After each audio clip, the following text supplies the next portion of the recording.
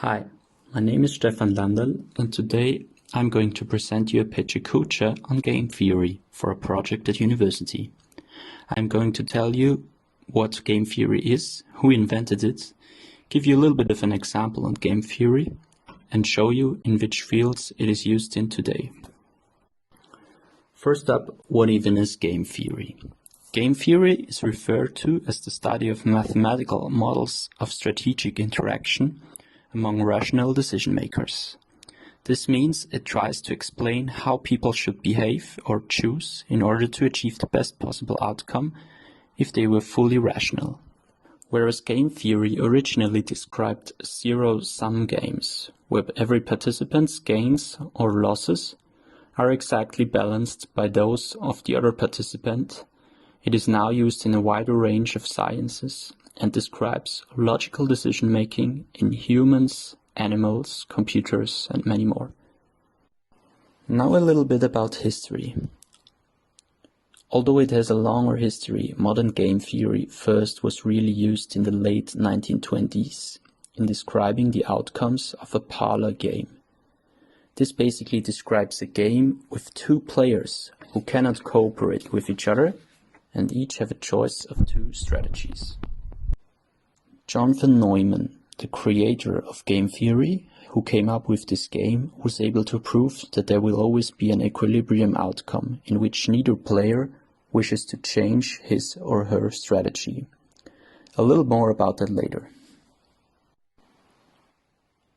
Between 1940 and 1943, von Neumann cooperated with Oskar Morgenstern. In their path-breaking work, The Theory of Games and Economic Behavior, they analyzed games where players were able to cooperate, forming coalitions, and some where they were not able to do this. Another major contributor to game theory is John Nash. In his various papers, he developed game theory and showed differences between various games. He's mainly known for the Nash equilibrium, a situation in which each player is content with the decision, given the strategies that have been made by other participants. There have been many awards for works in the fields of game theory. Solely, the Nobel Prize in Economics has already been given 8 times to scientists who operate in this field. One of the persons to be awarded with the Nobel Prize was John Nash. Imagine you and a friend of yours decide to rob a bank, but get caught. The police interrogates you and your friend, and you can either confess or not confess to have committed the bank robbery. This so-called prisoner's dilemma leaves you and your friend with 2 options. If both players decide to confess, both will go to prison for 6 years each. If you confess and your friend doesn't, you will get free, but your friend goes to jail for 10 years, and vice versa. If no one confesses, both will go to jail for a year each. So what should you do?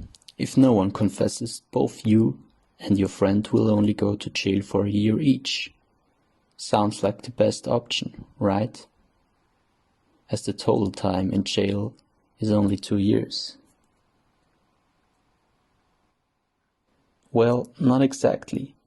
Because if you expect the other player not to confess, you could just confess and go free. And even if your friend confesses, you would still be better off than if you didn't confess. The solution says both of you will confess and serve 6 years, leading to a Nash equilibrium when no one would be better off given the other's decision. Game theory nowadays is used in a whole range of fields. In business and economics, it gets used to maximize profits or wealth. In politics, it is used to maximize voting results. Even in social games and biology, it gets used, where scientists came up with an evolutionary game theory. In game theory, over the course of the years, different types of games have developed between which we distinguish. A whole load of books have been written about this topic. I'm going to give you some examples of how these types of games differ. First up, cooperative and non-cooperative games. A cooperative game is a game where players are able to form binding commitments externally, for example through contracts. A non-cooperative game appears if players are unable to form alliances or if agreements need to be self-enforcing. Symmetric and asymmetric games. Symmetric games are games where the payoff for playing a certain strategy only depend on the other strategies and not on who is playing them. In comparison, in asymmetric games, there are differences in who is playing a strategy, and it doesn't depend on the strategy that is being played. Also, the grade of information makes a difference. In a game of perfect information, all players know about the moves that have been made by other players beforehand, like in tic-tac-toe. Most games, however, are games with imperfect information, where a player doesn't know the strategies of other players and not all the moves, like in poker. Normally games which are studied by economists and real-world players are finished in a finite amount of moves. However, in mathematics there are games that are studied that last for infinitely many moves. In these games, the winner is not known until all these moves are completed.